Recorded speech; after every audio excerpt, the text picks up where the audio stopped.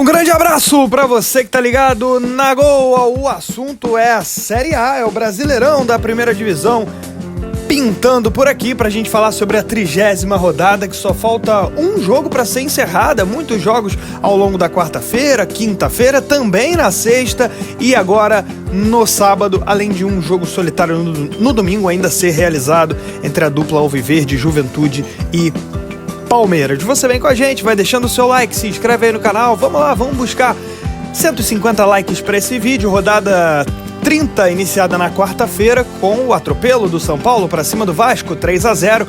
Vascão da Gama pensando muito mais na semifinal da Copa do Brasil contra o Atlético Mineiro, mas o São Paulo venceu, se aproximou bastante do G4, tá a um ponto só do Flamengo, que acabou perdendo na rodada. Ainda na quarta, Fortaleza e Atlético Mineiro empataram por 1-1. O Fortaleza, que arrancou no início do segundo turno, chegou a atingir a liderança do campeonato, agora já não tem tanta facilidade para vencer seus jogos, tem 2 vitórias só nos últimos 7 jogos.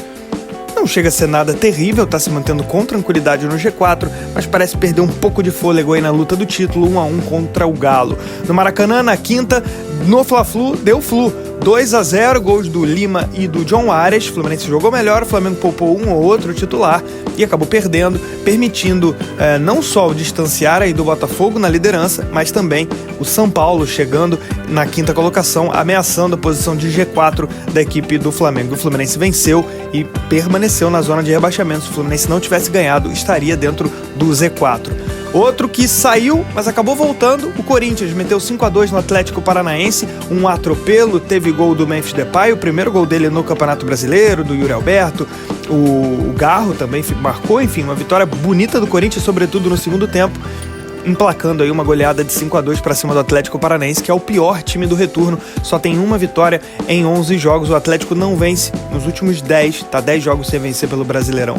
Nessa sexta-feira, e entrou na zona do rebaixamento, né? Na sexta-feira, no Antônio Ascioli, Atlético Goianiense e Cuiabá empataram por 0-0, as duas equipes só têm uma vitória aí nos últimos 6 jogos e parecem que vão ficar para trás mesmo nessa disputa do rebaixamento, o Atlético Goianiense, sobretudo, a 10 pontos atrás do 16º colocado.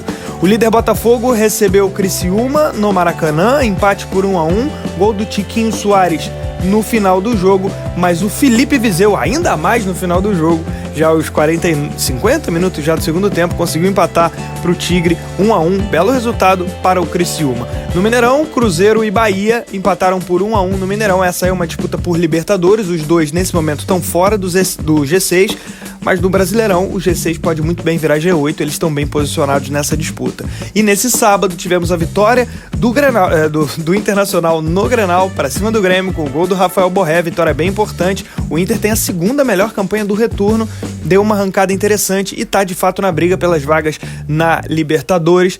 Não dá pra pensar em título, mas dá pra pensar em, quem sabe, briga por G4 mesmo.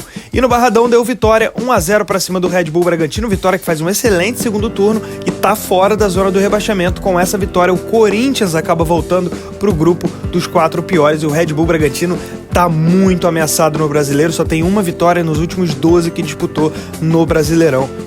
Também corre risco de rebaixamento. Esse jogo foi às 4 da tarde, aliás, os 2 jogos do Brasileirão nesse sábado às 4 da tarde. No domingo, 8 da noite, fechando a rodada, tem Juventude e Palmeiras no Alfredo Jaconi. O Palmeiras, em caso de vitória, vai ficar a 1 ponto da liderança. A gente vai acompanhar aqui a classificação agora, com a liderança do Botafogo, 61 pontos, mas só empatou na rodada com o Criciúma, um tropeço que estava fora dos planos. O Botafogo 4 pontos à frente do Palmeiras, mas o Palmeiras, como a gente viu, ainda joga na rodada contra o Juventude, tem 57. Se o Palmeiras consegue vencer fora de casa, vai a 60 e reduz novamente essa vantagem para 1 ponto, como chegou a ser 2 rodadas atrás, né? Volta a ser de 1 ponto apenas a distância de Botafogo e Palmeiras, mais uma vez duelando para ver quem leva o Campeonato Brasileiro. Ano passado deu Palmeiras e esse ano fica a expectativa. O Palmeiras, é bom destacar, que está pensando única e exclusivamente no Brasileiro, não está mais na Copa do Brasil nem na Libertadores, enquanto o Botafogo está na semifinal da Libertadores, vai enfrentar o Peñarol nas próximas semanas pela semifinal. Terceiro lugar, o Fortaleza tem 56 pontos, só empatou, está 5 pontos atrás do líder Botafogo, ainda sonhando com o título, mas não tem aquela arrancada toda, né, que tinha lá no início do retorno, sobretudo, chegou a ganhar 9 jogos em 10, um absurdo, a campanha do Leão no início do segundo turno, e ainda é o melhor time do retorno, bom destacar, tá ali em terceiro, E se Botafogo e Palmeiras derem muito mole, ele vai lá e abocanha. Quarto lugar, o Flamengo tem 51, perdeu o clássico, perdeu o Fla-Flu. Fica um pouco para trás, está 10 pontos atrás do Botafogo, com um jogo a menos, é verdade, vai ter que ter uma arrancada espetacular, ainda contar com o tropeço de Botafogo e Palmeiras, sobretudo, para ter chance de título, mas pelo menos está ali posicionado em G4, mas começa a ter essa posição ameaçada. O São Paulo venceu, chegou a 50 pontos, meteu 3-0 no Vasco e está coladinho ali no G4, lutando pela vaga direta na Libertadores do ano que vem, embora a gente sabe muito bem que muito provavelmente teremos aí G7 e G8 nesse ano. Tem disputa de Copa do Brasil, que vai abrir vaga, Libertadores também, com chances de ser um brasileiro ganhando, com Botafogo e Atlético Mineiro aí na disputa, esperar para ver. Sexto lugar, o Internacional, tem 49, o segundo melhor time do retorno, uma arrancada muito boa, né? O Inter tinha muitos jogos atrasados, ele aproveitou esses jogos atrasados para avançar bastante na tabela, tem 49 e também tá nessa parada de G4, nessa disputa aí, junto com o Flamengo e com o São Paulo. O sétimo lugar, o Bahia, 46 pontos, Bahia faz uma campanha média aí no retorno, né? Não chega a ser ruim, nada disso, mas segue na sua briga aí desde o início do campeonato, que é por vaga na Libertadores do ano que vem, que seria uma grande vitória também. Oitavo lugar, o Cruzeiro, 44, não faz um bom segundo turno, tem uma vitória só nos últimos 11 jogos de campeonatos brasileiros, mas com esses empates aí que ele vem acumulando, ele tá conseguindo subir. Nono lugar, o Atlético Mineiro, tem 41, Atlético focado em Copa do Brasil, focado em Libertadores, está nas duas semifinais. Aqui a gente destaca briga contra o rebaixamento agora. 11 times nessa briga dá pra gente colocar. O Vasco, que estava fazendo um campeonato bem seguro, sem muitas preocupações, agora tá vendo a zona de rebaixamento se aproximando. É importante voltar a pontuar. Tem 37 pontos. 5 pontos apenas à frente do 17º. A situação não é moleza, não. Na sequência, o Criciúma com 36 pontos. Empatou, empate bem importante com o Botafogo. Conseguiu até ultrapassar o Grêmio por conta disso. O Grêmio que perdeu o Grenal. Tem 35. O Grêmio está só a 3 pontos do Z4 também. Logo depois, Red Bull Bragantino tem 34. Juventude 34. Esses dois pontos à frente do 17º. 15º lugar, o Fluminense está com 33. 2 vitórias seguidas. Saiu da zona de rebaixamento e se manteve fora. 1 ponto na frente só.